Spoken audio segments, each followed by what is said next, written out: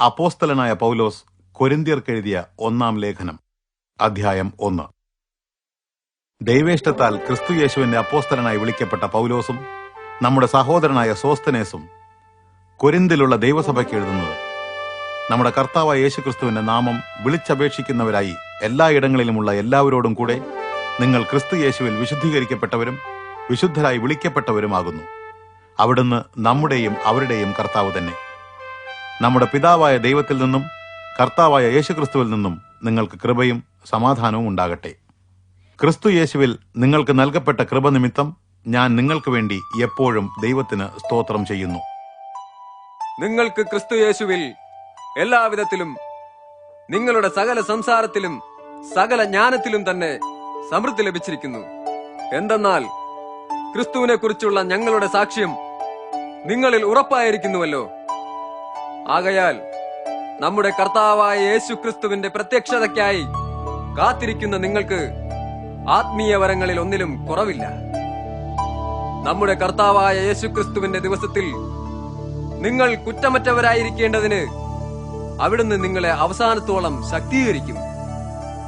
തന്റെ പുത്രനും നമ്മുടെ കർത്താവുമായ യേശു ക്രിസ്തുവിന്റെ കൂട്ടായ്മയിലേക്ക് നിങ്ങളെ വിളിച്ചിരിക്കുന്ന ദൈവം വിശ്വസ്തൻ.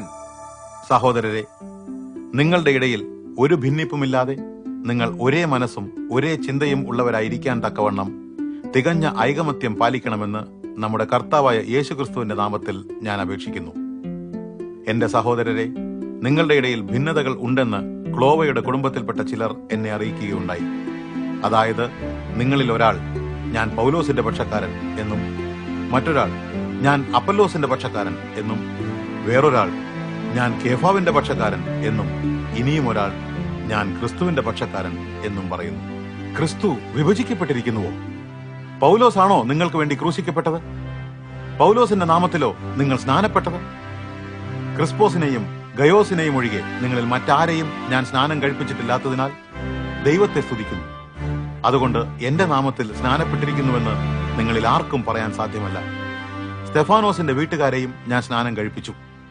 വേറെ ആരെയെങ്കിലും സ്നാനം കഴിപ്പിച്ചതായി ഞാൻ ഓർക്കുന്നില്ല. ക്രിസ്തു എന്നെ അയച്ചിരിക്കുന്നത് സ്നാനം കഴിപ്പിക്കുവാനല്ല, സുവിശേഷം അറിയിക്കുവാനാണ്.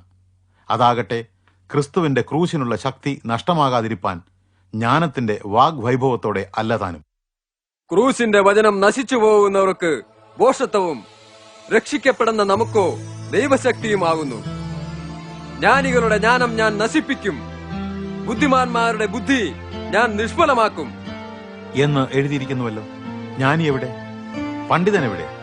ഈ ലോകത്തിലെ തത്വജ്ഞാനി എവിടെ? ലോകത്തിന്റെ ജ്ഞാനത്തെ ദൈവം ഭോഷത്വമാക്കിയില്ലയോ?